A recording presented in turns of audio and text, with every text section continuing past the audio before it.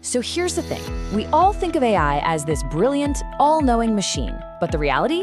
The quality of what you get out of it depends entirely on the quality of what you put in. Today, we're going to walk through a professional framework that will completely level up your AI game. You've probably been there, right? You ask an AI to do something, you hit enter, and what you get back is just so bland. It's generic, it's boring, and it's not really what you were hoping for. It's a super common problem, but trust me, it's not the AI's fault. And that's the absolute heart of the matter. The output you get is just a mirror reflecting your input. If you give it a vague, lazy prompt, you're gonna get a vague, lazy answer back. It's that simple. The secret is learning how to ask better. So how do we fix this? Well, that's where this comes in. It's called the CRIT framework, and it's basically a mental model that professional prompt engineers use to get exactly what they want from AI every single time. It's the antidote to those generic, unhelpful results. CRIT is just an acronym, and it's super easy to remember. It stands for the 4 pillars of a perfect prompt: context, role, instruction, and tone. By making sure you hit these 4 points, you stop guessing and you start directing the AI. This right here is the best way to think about it. Stop treating AI like a simple search engine. Start treating it like you're briefing a brilliant but very literal consultant. You wouldn't give a consultant a 1-sentence brief and expect magic, right? Same thing here. A great brief gets you expert-level work. Okay, so let's pop the hood and really deconstruct this framework. We're gonna go through each of these 4 pillars one by one so you can see exactly what they do and why every single one is so important. First up, C is for context. Honestly, this is where most prompts fail before they even start. You have to paint the picture for the AI. What's the background here? Who's the audience? Why does this even matter? If you don't provide this, the AI is flying blind. And just look at the difference it makes. A weak prompt says, write an email announcing a promotion. The AI has no idea what to do with that. But when you add context, that it's for a big multinational company and the audience is senior execs, boom, the AI instantly gets the gravity and the required formality. All right, next up is R for role. This builds directly on the context you just set. You have to tell the AI who to be. Are you a senior HR consultant, a marketing director? This one step completely changes the AI's vocabulary, its perspective, and even how it structures the answer. Think about it. Write a performance review summary is fine, but telling it to act as a senior HR business partner with deep experience in performance management, now you're getting an output from an expert. The AI adopts that persona and the quality just skyrockets. Okay, now we get to I for instruction. This is the real engine of your prompt. This is where you have to get crystal clear about what you actually want it to do.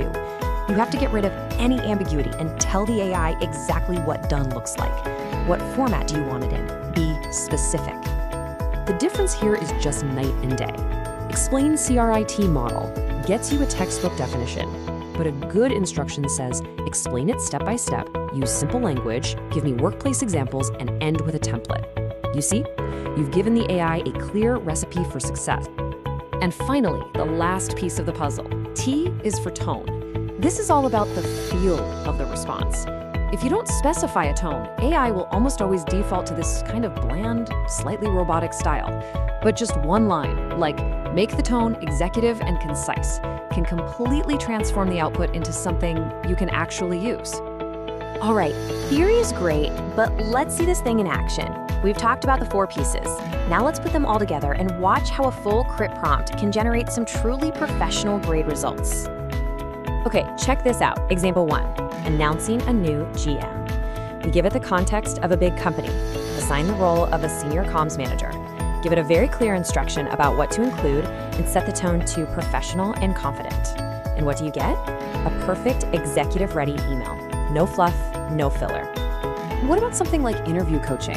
For the context, it's a senior HR interview. The role, an executive coach. The instruction is to use the famous STAR framework to answer a tough question, and the tone should be confident and structured. The result isn't just a simple answer. It's a perfectly structured, leadership-level response. Now for something way more complex, like an HR policy. The role we assign is an HR policy expert. The instruction is to draft a policy covering key areas like eligibility and equipment. The tone needs to be professional, but also employee-friendly. And this is so important. What you get back is a real policy-grade document, not just some generic stuff it found on the internet. And for our last example, let's get really strategic. We're asking it to act as a digital transformation consultant. We instruct it to outline risks, success factors, and an implementation plan. The result isn't just a list of bullet points. It's a genuine consultant-level analysis. This is where you see the real power of the CRIP framework. Okay, so you've seen how powerful this is. You've seen the before and after. Now I want to give you a tool that you can take away and start using immediately to get these same kinds of results every single time. This right here, this is your new secret weapon. Go ahead, take a screenshot of this. Every single time you go to use an AI, just quickly fill in these 4 boxes: context, role, instruction, tone. I promise you, using this simple template will radically change the quality of your results overnight.